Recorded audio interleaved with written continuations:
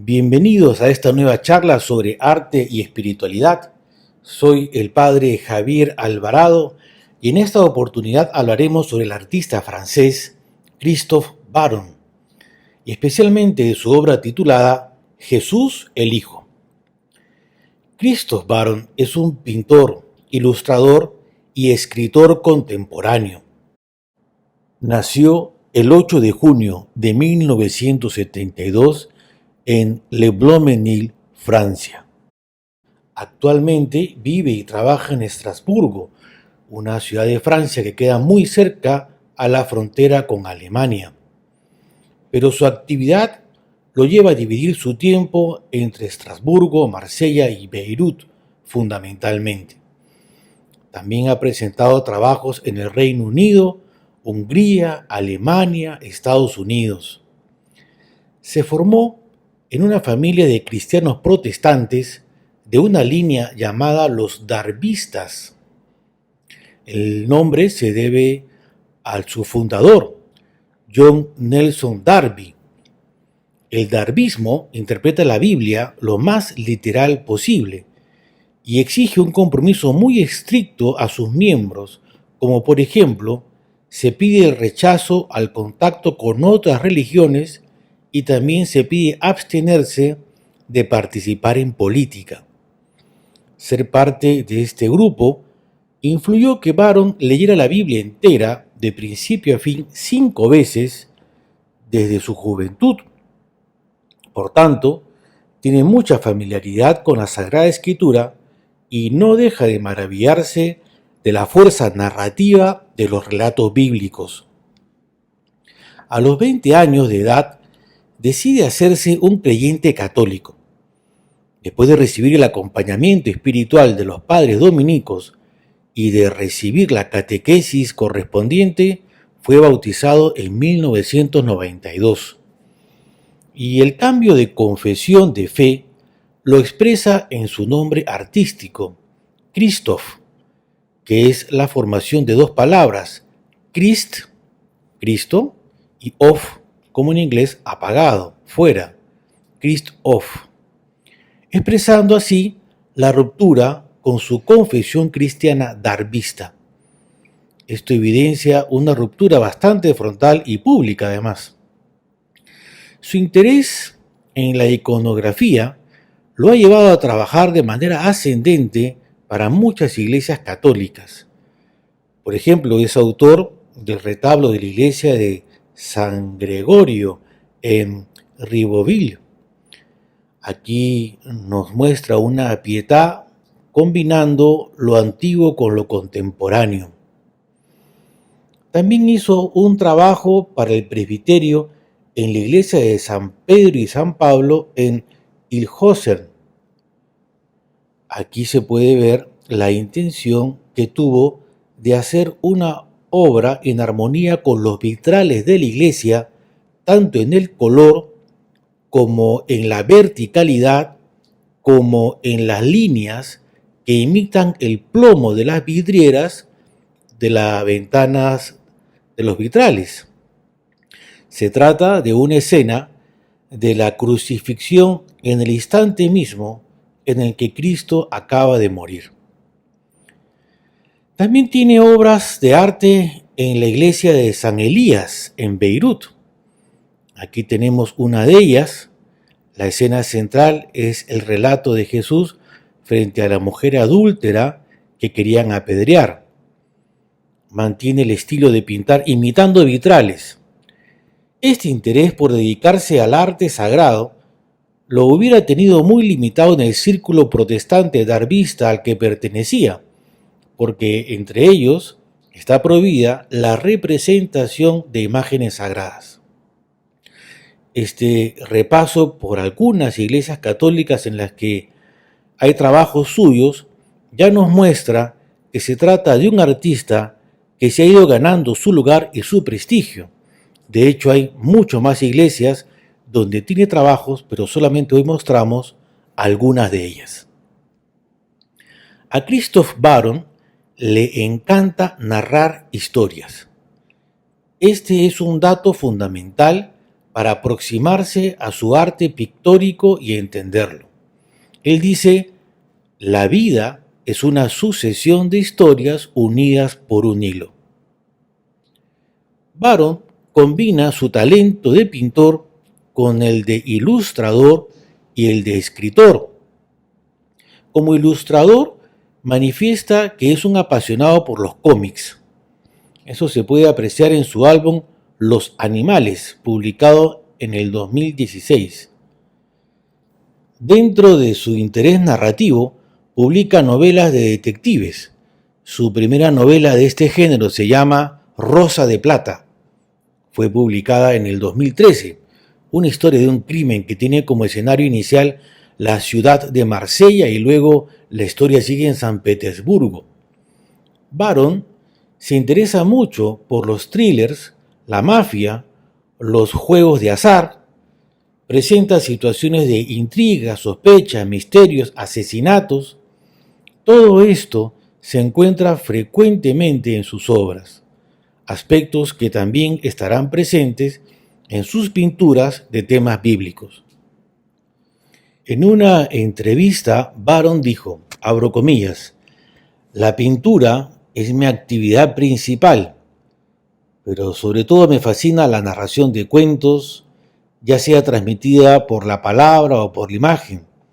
Me parece que los artistas cuentan historias independientemente de su disciplina, música, pintura, literatura, cómics, poesía, etc.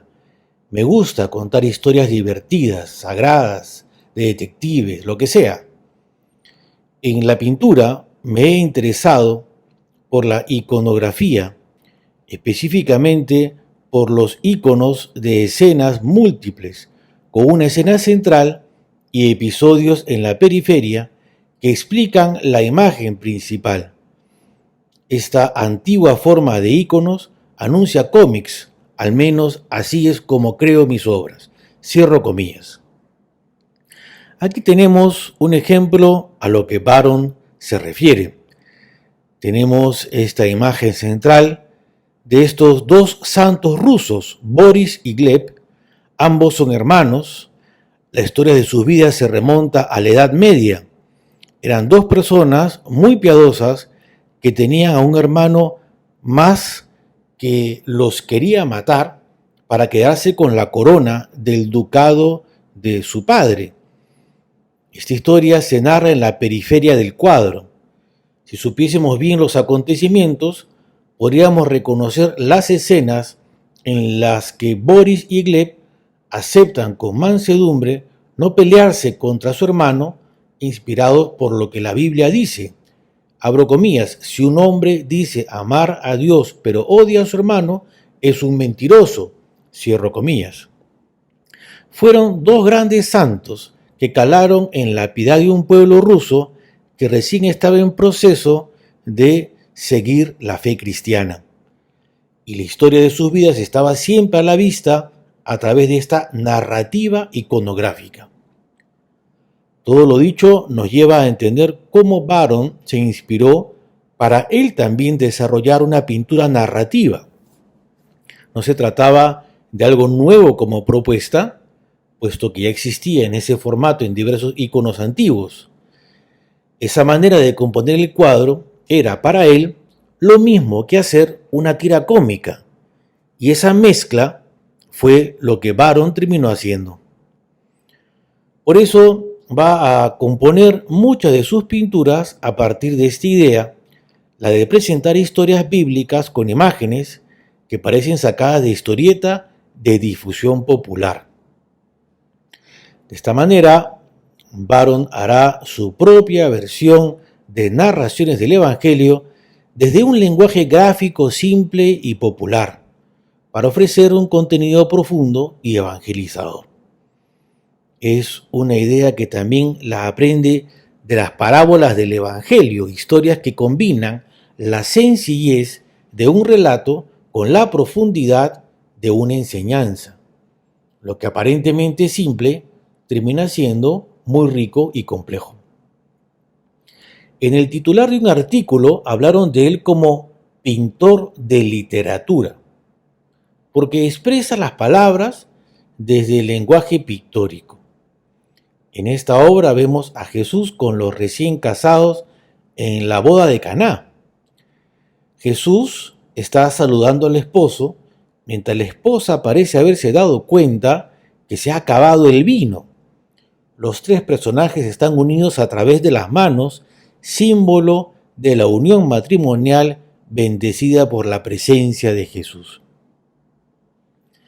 Así como es fundamental entender que a Christoph Baron le encanta narrar historias, también es fundamental entender su vínculo personal y afectivo con la madera que utiliza para sus pinturas. Se trata de tarimas usadas o tablones de andamios. Aquí vemos una obra más donde se puede apreciar el material. Tiene partes trabajadas y otras partes en crudo, tal como Baron las encontró. Se aprecia lo burdo y lo fino, combinado al mismo tiempo de una manera intencional. En esta obra, que se titula Conferencia, vemos que el personaje de la derecha que está alegando es la tesis. El personaje opuesto a él, que está hacia el otro lado, donde hace un gesto de rechazo de su propuesta, como una especie de no puede ser, es el personaje de la antítesis. Y el personaje del centro, con actitud reconciliadora, es la síntesis. Estas maderas son el desperdicio de la sociedad de consumo. Son útiles para muchas cosas, pero nadie les presta atención ni valor. Baron utiliza estas tablas como una analogía con respecto a las personas que la sociedad considera útiles, pero de poca importancia o valor.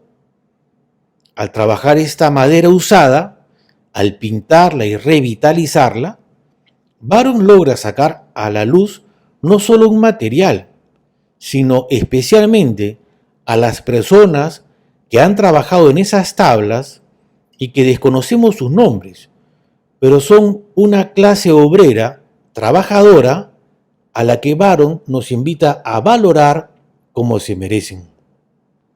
Entonces, con su trabajo, Christoph Baron mezcla una historia con la otra, la historia de las personas trabajadoras anónimas con las historias que él pinta sobre sus tablas.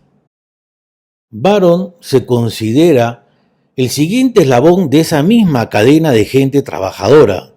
Él dice, abro comillas, me gusta decir que nací en esta atmósfera de trabajador, lo cual es un poco cierto y un poco romántico. Mis padres eran dueños de un negocio de alquiler de equipos y yo crecí con ese ambiente de clase trabajadora. Cierro comillas. Así, con esta sensibilidad social, le sigue los pasos al albañil o al empleado del supermercado. El albañil ha limpiado su espátula allí. El pintor ha frotado su brocha allí. Le gustan esas manchas, porque son los rastros que esos trabajadores han dejado. Con la intención de hacerles un tipo de homenaje, deja voluntariamente en estado bruto la tabla, lijando solamente lo que él pintará. La fuerza de su narrativa pictórica comienza entonces con esta madera cargada del significado que él le da. Y en el material ya hay un mensaje. Yo diría que el material ya nos va diciendo que necesitamos una mirada diferente a lo que estamos acostumbrados. Quiero comentar ahora algunas consideraciones que creo que hay que tener presente para entender su narrativa bíblica. Christoph Baron es una persona que defiende y promueve la libertad religiosa, busca ser profundamente genuino e invita también a esa autenticidad a través de su mensaje iconográfico. Promueve la igualdad que nos propuso Jesús en contra de todo tipo de rivalidad e injusticia. Con todo esto, quiero decir que valoro su mensaje por la fuerza y la profundidad que contiene. Y también considero que es una propuesta que desafía, y por tanto puede incomodar a algunas sensibilidades cristianas. Este comentario no intenta prevenir a nadie, sino más bien disponer a una mentalidad que exige abrirse a un tipo de mensaje que no es el común, pero que sí es válido. Barron tiene el talento de insertar el mensaje de Jesús en medio de ambientes contradictorios, en medio de situaciones muy crudas de la existencia. En otras palabras, nos ayuda a entender la acción de Dios hasta en los ámbitos más difíciles. Por otro lado, pienso que la encarnación es el eje de toda su propuesta pictórica. Quiere partir desde lo más real, lo que está en medio de todo lo humano. Quiere meternos a ámbitos que solemos ignorar como sociedad que vive un sistema mecanizado en varios aspectos. Para lograrlo, como ya lo hemos dicho, escoge un material que ya tiene un mensaje especial. Por otro lado, los modelos de sus personajes también hacen referencia a ese realismo y a esa encarnación. Son personas de un perfil muy común y muy de nuestro tiempo. Otro aspecto de la realidad que recoge son las expresiones complejas de la psicología, donde va presentando la duda, la sospecha, la envidia, la traición, el dolor, el amor. Tal vez, desde esa misma idea de realismo, entre comillas, Barron no les da importancia a los milagros de Jesús como experiencia espiritual. Un tema que Barron trata muchas veces es el de los conflictos que se generan en busca de poder. Y con ello toca la difícil relación entre política y religión. Es compleja esta mezcla, pero al mismo tiempo no se puede dejar suelta la política sin la riqueza de lo que Jesús nos propone para la sociedad. El equilibrio es muy difícil, más aún, vivimos más inclinados al desequilibrio. En esta obra se ve a la Trinidad conversando con preocupación, con unas ventanas abiertas en las que se ve al fondo a una ciudad de Jerusalén llena de murallas y de poder humano y político, lejos de los temas espirituales. Es como un constante esfuerzo de Dios de pensar cómo nos saca de nuestros egoísmos que se institucionalizan. Aquí vemos a Dios conversando dentro de sí mismo para diseñar un plan para ayudarnos a ver lo esencial, es decir, la comunión en el amor y la paz entre todos los seres humanos. Barron ve a Jesús como un político ejemplar, que ha influido a todo Occidente como un líder que ha organizado la parte social y que propone una sociedad en la que todo el mundo tiene su lugar con dignidad y valor. Para Barron, Jesús tiene una palabra que agita los espíritus y los transforma. Denle al César lo que es del César. El que no tenga pecado que tire la primera piedra.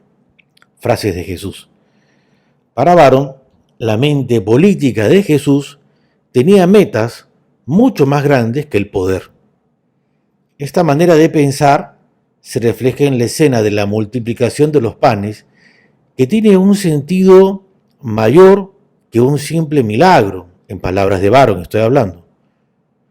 La vida de Jesús estaba marcada por una constante preocupación para darle pan a todo el mundo, pero también conocimiento y salud.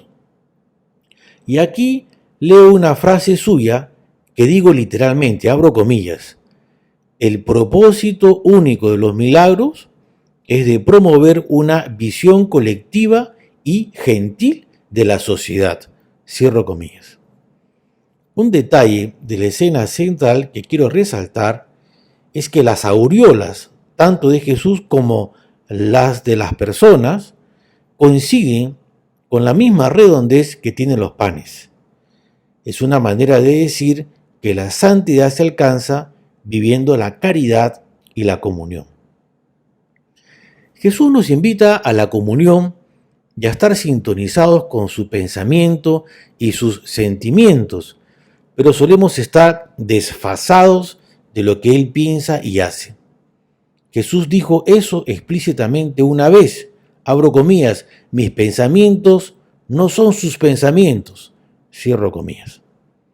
En ese sentido, es recurrente para Barron mostrar a un Jesús que está solo, porque lo siguen, pero no lo entienden. Esta obra se llama La Cena, haciendo referencia a la Última Cena. Ahí se ve rodeado a Jesús de sus 12 apóstoles. Todos están vestidos con camisetas negras y Jesús es el único que tiene un color claro, un simbolismo típico entre la lucha de la luz contra las tinieblas. Parece que Jesús está abrazando a Pedro y a Juan, y a pesar de estar con todos muy cerca de él, se encuentra solo. Tiene una mirada como en otro lado, con el pensamiento en el día siguiente, cuando va a morir en la cruz. Y en medio de eso, los discípulos van discutiendo sus propias ideas humanas, sus propios planes. Ninguno es capaz de entender y acompañar a Jesús en el sacrificio que está por vivir. En la manera que tiene de representar a la Virgen María, me da la impresión que arrastra tal vez la influencia cristiana protestante que ha recibido. Es un aspecto que considero posible y también lo considero comprensible. Aquí aparece la Virgen con mirada vigilante y sospechosa para ver quién le quiere hacer daño a su hijo. Y antes de entrar al análisis de una de sus obras, simplemente quiero agregar, como hemos podido ver, que Barron es amante del color. La obra de arte de Barron, que va a servirnos de guía para nuestra reflexión, se titula Jesús el Hijo. Es una obra que mide 3,20 metros por 3,10 metros. Estuvo expuesta de manera itinerante en la Catedral de Estrasburgo, Francia, en el 2019. Como hemos mencionado, se trata de un ícono narrativo. Si bien al centro hay una escena con el tema de la Trinidad, las escenas periféricas fueron elegidas de acuerdo con el tema de Jesús como Hijo de Dios. Él es el principio, el argumento y el final de la historia. Hay que mirar la obra siguiendo esta intención narrativa. Y, en todo, se cruza la dimensión humana con la dimensión divina. Pareciera que no hay fronteras. Por ejemplo, Jesús aparece como Hijo de Dios, pero también es hijo de María y adoptado por José, y también es el descendiente del rey David.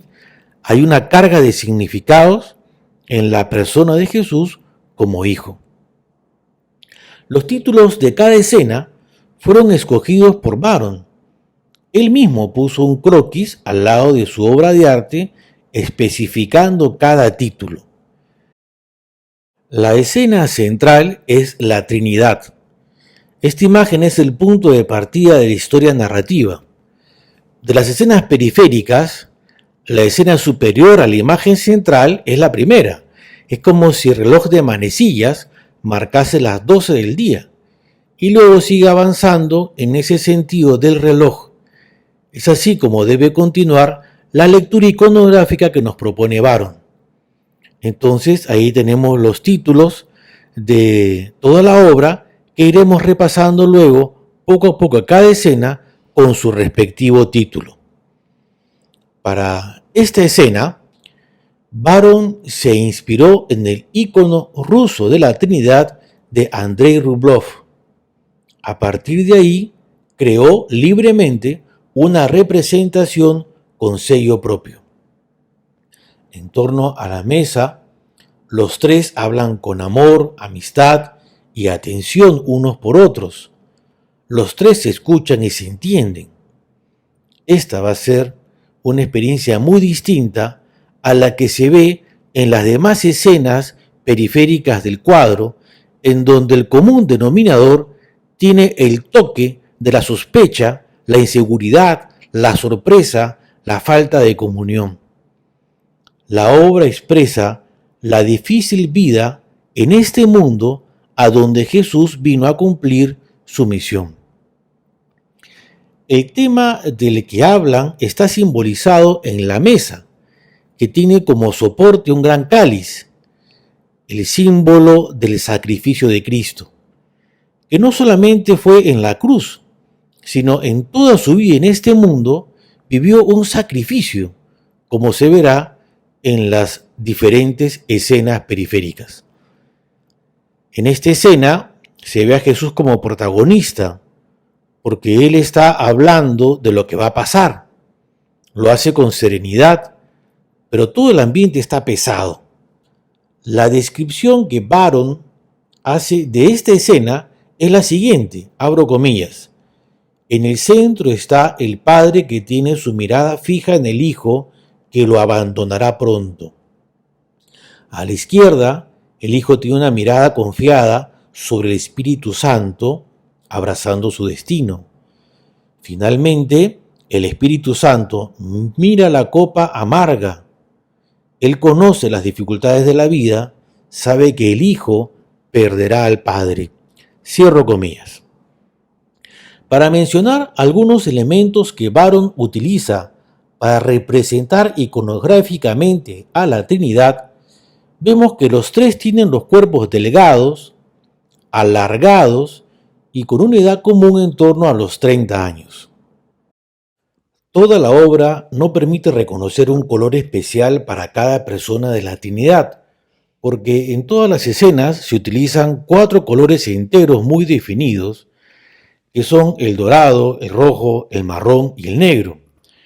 Pero hay un color que desde mi punto de vista sí sobresale y es el color de la piel de los personajes, que es el color natural de la misma madera, esa madera de la que hemos dicho que tiene un gran significado para Barron. Una madera que en parte la deja tal como está y otra parte la trabaja para pintar. Ahí se compenetra la madera con las historias humanas de trabajadores anónimos y al mismo tiempo la historia de Jesús.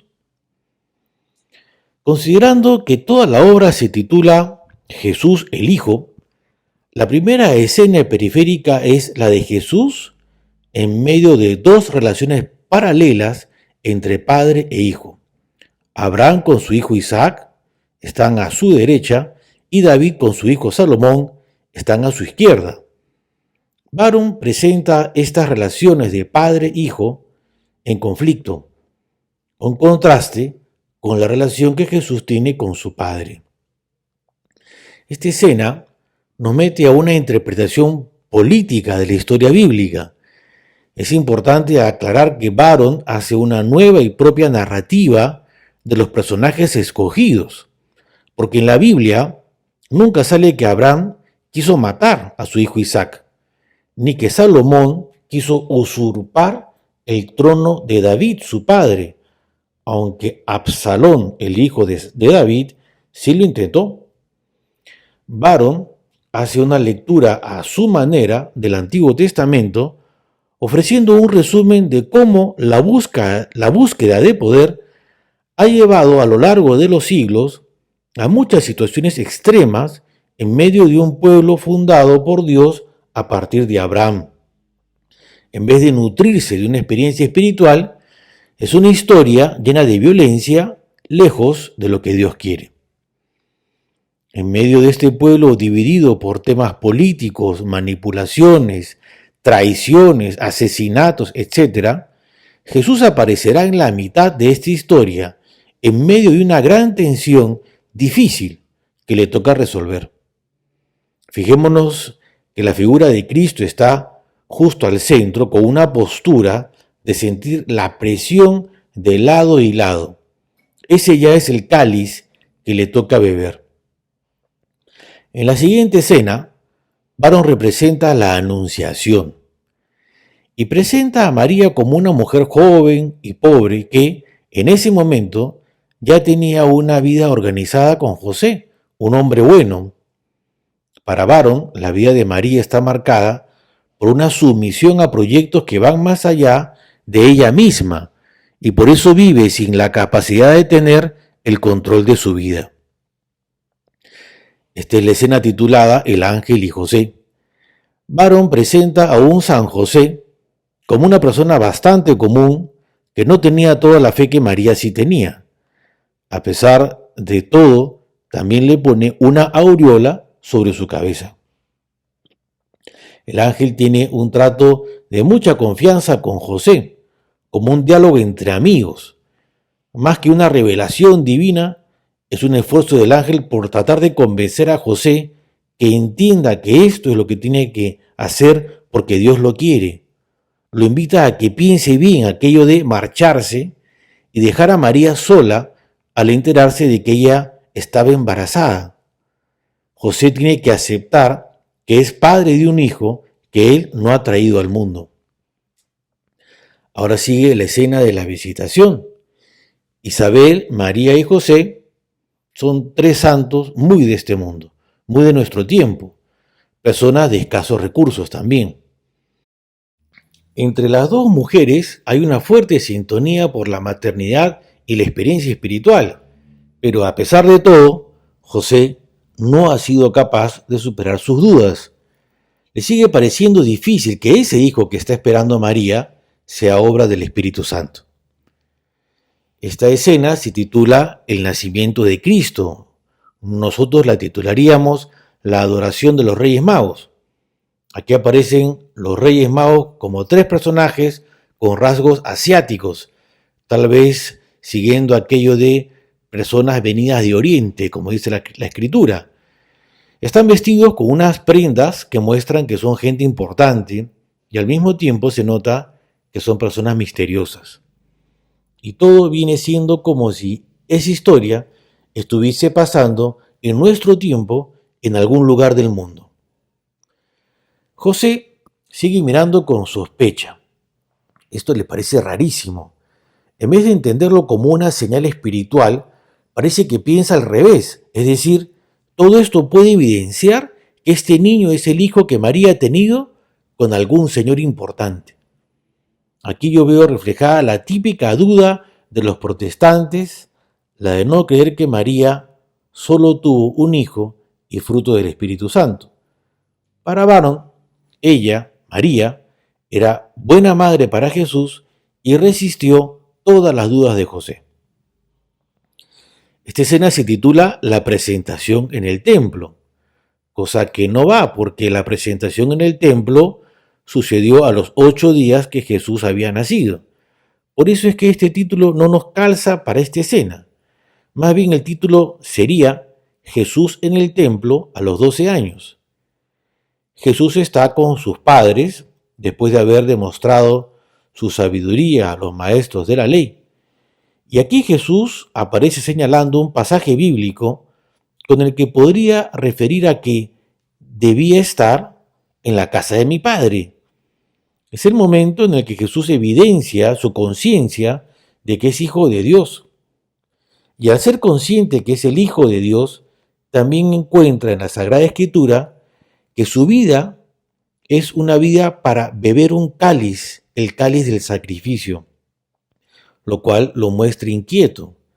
La Virgen le da todo su respaldo y está muy pendiente de él, pero José es el hombre que permanece en la confusión, nunca termina de entender quién es este niño al que ha adoptado como su hijo. Esta escena se titula Los que pasan por ahí. Ya Jesús es adulto, después de haber dejado su casa en la que vivía con su madre, empieza su misión en el mundo. Vino a ofrecer a que viviésemos juntos en caridad e igualdad. Es un ofrecimiento a hombres y mujeres, a cualquier persona que pasa por la vida. Hay quienes hablan con él directamente y mirándolo a los ojos, pero también está el que se filtra en ese grupo con intenciones ocultas, que es el personaje de la derecha de la pantalla, que podría ser Judas, y todo aquel que se suma a la propuesta con malas intenciones. Ahora pasamos a la escena titulada La madre de Santiago y Juan. Esta es una escena en la que se evidencia que Jesús vive en soledad.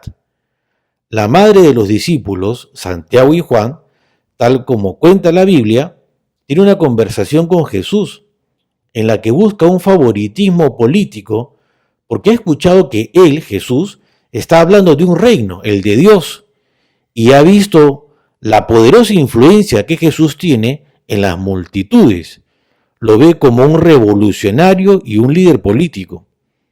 Jesús, quien se mueve a un nivel espiritual, se encuentra una y otra vez con esos intereses paralelos en busca de conveniencias personales y también queriendo ganarle ventaja a los demás.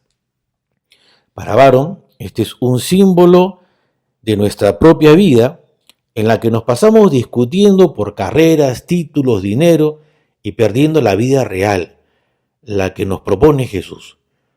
Byron nos presenta un cuestionamiento como si el mismo Jesús nos lo estuviera haciendo. ¿Tú participarías en esa pelea inútil o aprovecharías mi presencia? La escena titulada Stabat Mater coloca a María al pie de la cruz como es de manera tradicional. Ya no está con José porque quedó viuda. Jesús la había dejado para seguir su carrera, entre comillas, es como Byron lo presenta, lo entiende, pero Jesús fue arrestado una noche y crucificado. María sufre el dolor de lo incontenible, todo está contra ella. Juan la abraza y es su única compañía en ese momento. María aparece como una mujer bastante joven. Esta escena se titula Padre, ¿por qué? Aquí Jesús está clamando el conocido Dios mío, ¿por qué me has abandonado? Pero Byron resume la frase y la formula como una pregunta más universal. Padre, ¿por qué? De esta manera recoge todas nuestras preguntas frente al dolor, la confusión, la injusticia, la enfermedad, la muerte. Es la pregunta del que se siente sobrepasado por una experiencia ante la que parece inútil buscarle una explicación. Una vez más, frente a esto, lo que nos consuela es que alguien entiende lo que siento y me acompaña. Ese alguien es Jesucristo. Él nos entiende por experiencia propia. Él sintió lo mismo que nosotros sentimos muchas veces, que parece que Dios nuestro Padre no nos escucha, no nos habla. Según la explicación de Byron, Jesús es el Hijo que siente que ha perdido al Padre. Esta escena se titula El silencio de Dios. No es que su Padre no le quiera hablar. Jesús se había hecho un ser humano y tenía que vivir también esa parte humana que nosotros vivimos. Eso era parte de su cáliz, de su experiencia redentora. El silencio que el Padre tiene que guardar también es un cáliz que Él tiene que beber. No es fácil ni agradable ni voluntarista. El Padre ama a su Hijo, pero le ha pedido que haga ese sacrificio en el que Él también, el Padre, está comprometido. En medio del dolor hay una comunión de experiencias. Entre Dios Padre y su Hijo Jesús no existen los enredos humanos de la traición y de mandar a matar a su propio Hijo para sacar alguna ventaja. Este es un sacrificio redentor. Dios se mueve a otro nivel que a nosotros nos cuesta entender. Tal vez Byron nos quiso dejar en el suspenso que suscita el silencio de Dios, pero me parece que sigue siendo parte de la dinámica volver a la escena central, y esta vez interpretándola como ese momento en el que las tres personas divinas comparten lo que han vivido mientras Jesús cumplió su misión en el mundo. Nosotros nos solemos imaginar que la vida de Dios es muy estática, pero no es así. La vida, la comunión, el diálogo continúa. Y ahora, desde la mesa de la Eucaristía, nosotros estamos invitados a participar de esta convivencia y de las mismas preocupaciones de Dios.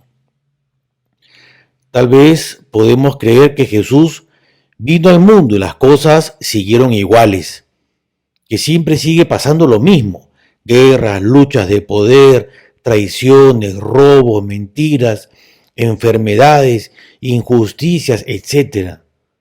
Pero hay que tener ojos de fe para ver que hay una transformación más profunda que nuestros ojos simplemente humanos no logran ver.